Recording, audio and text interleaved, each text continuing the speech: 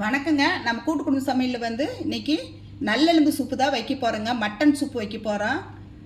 வாங்க அதை எப்படி செய்யலான்னு பார்க்கலாம். வாங்க, சூப்பு தான் வைக்க போகிறோம். சீரகம் தாளிச்சிக்கலாம்.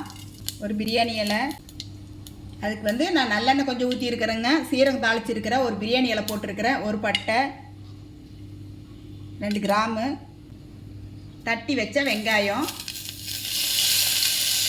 தட்டி வச்ச பூண்டு, தட்டி வச்ச இஞ்சி,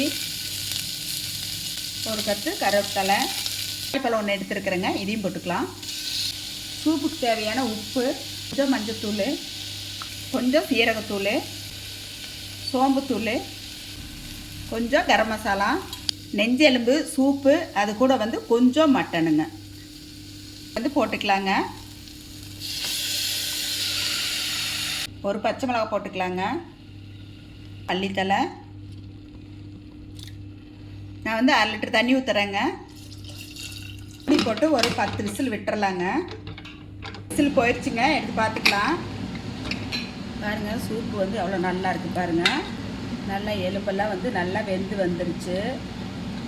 சூப்பராக வந்து சூப்பு வந்து ரெடி ஆயிடுச்சுங்க.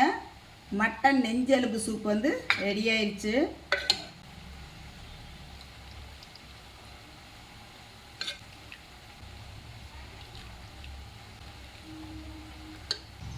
கொஞ்சம் மிளகுத்தூள் போட்டுக்கலாங்க. மல்லித்தலை வந்து ஒரு கொத்து போட்டுக்கலாம். மட்டன் நெஞ்செலும்பு சூப் வந்து சூப்பராக ரெடி ஆயிடுச்சுங்க. எல்லோரும் வாங்க சாப்பிட்லாம். வாங்க, நீங்களும் உங்கள் வீட்டில் செஞ்சு சாப்பிட்டு பார்த்துட்டு எப்படி இருக்குன்னு சொல்லுங்கள். எங்கள் வீடியோ பிடிச்சிருந்தா லைக் பண்ணி ஷேர் பண்ணுங்கள். நன்றிங்க.